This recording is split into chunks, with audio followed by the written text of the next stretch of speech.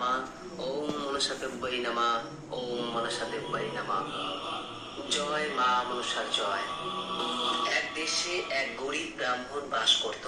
তার 7টি মেয়ে হয়েছিল, কিন্তু ছেলে একটিও হয়নি। সে ঠিক সময় মতো 6টি মেয়ের বিয়ে দিয়ে দিল, কিন্তু তার ছোট মেয়ে সরলার বর আর কিছুতেই জুটল না। ব্রাহ্মণ চারিদিকে সরলার জন্য বর খুঁজতে লাগলো।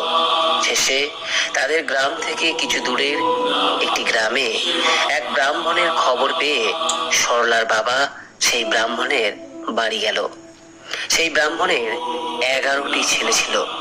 সে 10টি ছেলের বিয়ে খুব বড় লোকের বাড়িতে দিয়ে 10টি বউ এনেছিল, কিন্তু বড় লোকের মেয়েরা শ্বশুরকে মোটেই যত্ন করতো না। সেই জন্য সে তার ছোট ছেলের বিয়ে দিয়ে একটি গরিবের মেয়ে আনবার জন্য খোঁজাখুঁজি করছিল। সে সরলার বাবার কাছে সরলার কথা শুনে সরলার সঙ্গে তার ছোট ছেলের বিয়ে দিল। সরলা শ্বশুর বাড়িতে এলো, কিন্তু শাশুড়ি আর জায়েরা তাকে দেখে ঘেন্না করতে লাগলো। একমাত্র শ্বশুর ছাড়া সরলাকে কেউ ভালো চোখে দেখতে পারতো না। তার জন্য সরলার মনে খুবই কষ্ট ছিল।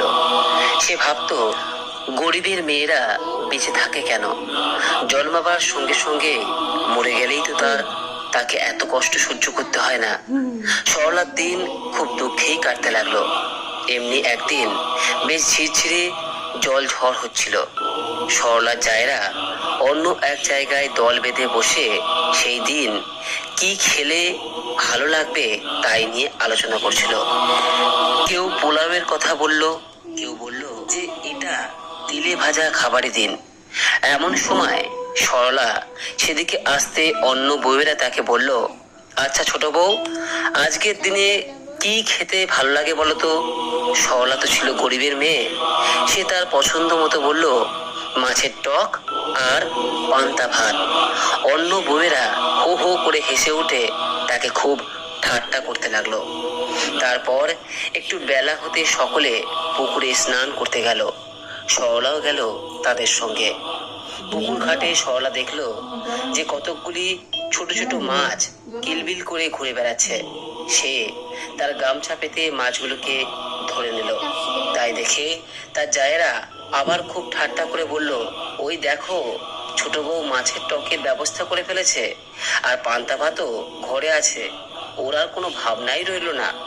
পুকুর ঘাট থেকে এসে সরলা একটা ছোট্ট হাড়ির মধ্যে মাছগুলোকে জিয়ে রাখলো, কিন্তু কিছুক্ষণ পরে দেখলো যে সেগুলি মাছ নয়, সব সাপের বাচ্চা। সরলা কাউকে কিছু না বলে সাপের বাচ্চাগুলোকে দুধ কলা দিয়ে পুষতে লাগলো। সাপগুলি ছিল মা মনসার ছেলে। তারা একটু বড় হতে মা মনসার কাছে স্বর্গে চলে